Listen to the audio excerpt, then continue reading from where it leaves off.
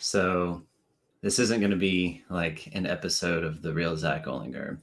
What I wanted to do is kind of like give a an update on something that I've been working on over the last I don't know 7 or 10 days, and I got a lot of feedback today about people that are interested in what I've been working on. So I used to work with a guy named David when I was at Advanced Biotechnologies, and he turned me on to a interview with Joe Rogan and Adam Curry from MTV. And Adam Curry is working on like the podcast 2.0 type of stuff. And anyway, I just started looking into that some more and ran into Adam Curry's Mastodon server. And it got me looking into all of these open source social media platforms. And I just kind of went down this rabbit trail and just started setting up all of these test environments on my computer. Um, and so basically, I have installed a YouTube alternative, a Facebook alternative, kind of like a Zoom alternative, and just started piecing this stuff all together. And today I was telling some people about it, and they were all like, "Sounds pretty awesome," you know. And they, "Hey, what's up, Mike?" And they wanted to know more about it. And so I wanted to my whole reason for putting this out there is just because anybody that has a community of people, obviously, there's coaches that I think of and things like that have their own clients or group, of like-minded people that their communities. They have their communities, right? And just trying to think of a way or a solution that kind of puts the control back in their hands as far as user information, any type of analytics that's happening, just basically keeping all of that out of it, no ads, no analytics, no scraping data, nobody using the data, nobody harvesting the data, that kind of a thing. It's pretty much about privacy and control. And so these are open source projects like the YouTube alternative and the Facebook alternative and like the Zoom alternative, which just means that there's some complexity. There's some features that won't exist. There's definitely things that will totally, function the same.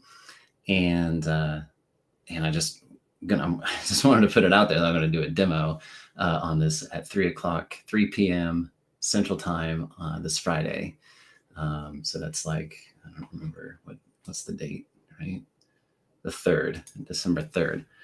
And so for anybody that wants to see like what these solutions look like, how it would be mocked up, how it could potentially be used, how they can tie into like other systems. So like if you have I haven't tried it yet, but it seems like I probably should be able to take like new users signing up in Kajabi and then like, creating some type of like automation that just creates the users in these other systems. That way there's not a person that has to touch a bunch of different systems.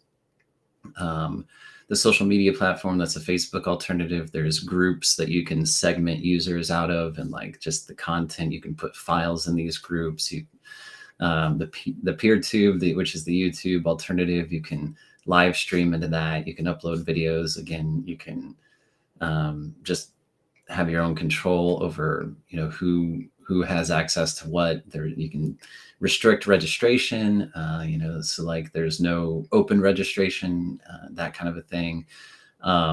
There's other just some cool like technical pieces with it that I'll go over.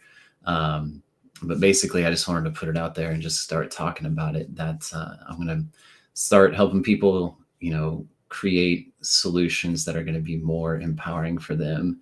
If anybody is interested, I know that there's at least 1 or 2 people that I know have been kicked off of Facebook because of the content that they have created, and in the groups that they started that are actually very empowering.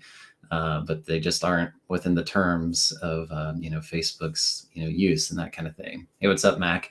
And actually, Mac, to tell you the truth, there's one of these solutions that I was like, this might be a good type of solution for the project that you're working on. So I'm gonna shout out to Mac right now.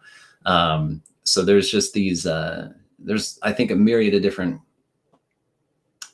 use cases and segments. And so I'm gonna, like I say, do a live demo at 3 p.m. Central Time on Friday, and I'll do it on Restream, so that way I can get these comments and answer questions and just kind of showcase what it is that I've been working on.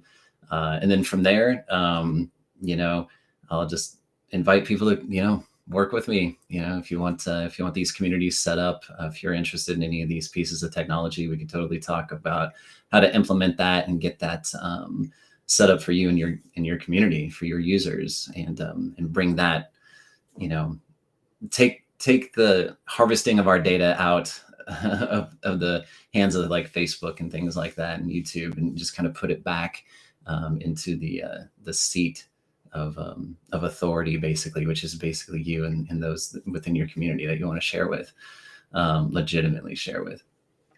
And another thing too, just to put that out there, that I know there's other platforms like Mighty Networks and things like that. This was inspired too, like for those of you that know my history with the Tony Robbins group and the Platinum Partners and things like that. So literally within a few days of me exploring these options and getting some of these test environments set up, one of the Tony Robbins Platinum Partners posted a podcast interview that he did with the CEO of Mighty Networks.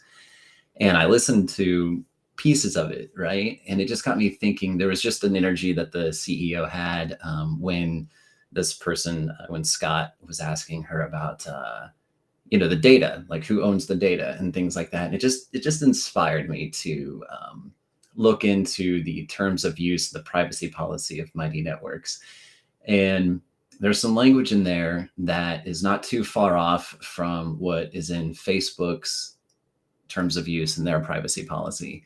Now, that being said, there's probably legitimate legal reasons like why they need to frame it that way and phrase it that way. So I'm not, bashing one way or another. In Mighty Networks, they do specifically call out Google Analytics. They do talk about how they share their information with certain marketers and things like that. So really just anybody who's interested in a platform that like doesn't have any of that stuff, that's where these open source solutions can really come in and provide a potential solution. There's a cost, but for convenience, there's, like I said, there's going to be some features and ease of use that Facebook and Mighty Networks and maybe some of these other bigger kind of social media platforms would offer. And so these open source solutions should really be targeted towards people that are like interested in where privacy and just the ability to communicate within a community is like a high priority. So, all right. Anyway, I just saw Mac's comment. So yeah, I'll hit you up, Mac. All right. Well, that's what I got. Thank you for listening. And I will see you guys this Friday, December 3rd at 3 p.m. Central Time. All right. We'll see you. Bye.